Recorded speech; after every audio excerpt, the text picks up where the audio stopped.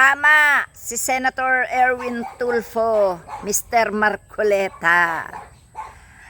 Hindi porket kayo yung mga abogado, ang iniisip nyo wala nang alam sa batas ang mga kasama nyo dyan sa Senado. Di lalo na taong bayan. Kayong mga abogado, alam namin kung paano kayo nyo hinahawakan ng pagiging abogado nyo. No? Unang-una, pera-pera.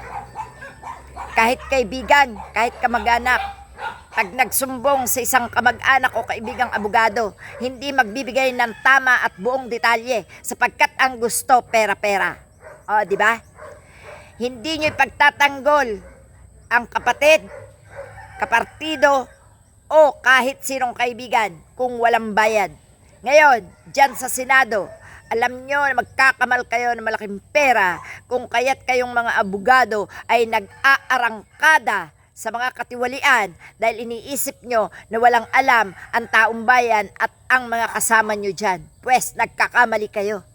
Gagawin nyo palang alam na namin. Hindi nyo ba naisip? Ha?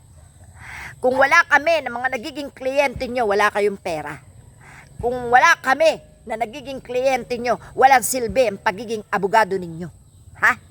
Kaya sana, matuto kayong makisama, matuto kayong lumugar, matuto kayong lumagay sa tama. Kapwa tayo Pilipino, huwag nyong ginagago ang mga kapwa nyo Pilipino sapagkat alam na namin ang mga likaw ng bitukan nyo. Pwede naman siguro, mangangatwiran lang kami, magsasabi ng katotohanan. Kung talagang ang batas ay pantay-pantay na tumitingin sa mga kapwa Pilipino nila dito sa Pilipinas, siguro napakaganda. Hindi yung sa pera lang tumitingin, hindi sa pagiging kapwa Pilipino. No?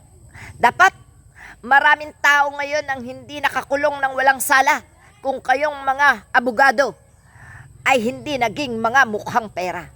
Ikaw, Mr. Marcoleta, huwag mong minamata ang mga kasama mo dyan sa Senado.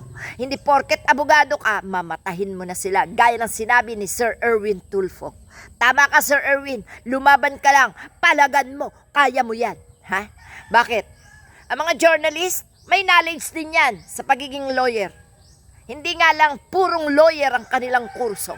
Pero nakakaintindi sila ng batas. At buti pa nga, kahit simpleng mamamayan, nakakaintindi ng batas. Kesa sa inyo na mga nakaupo dyan sa gobyerno, naturingan kayo mga abogado, hindi kayo abogado, abogago.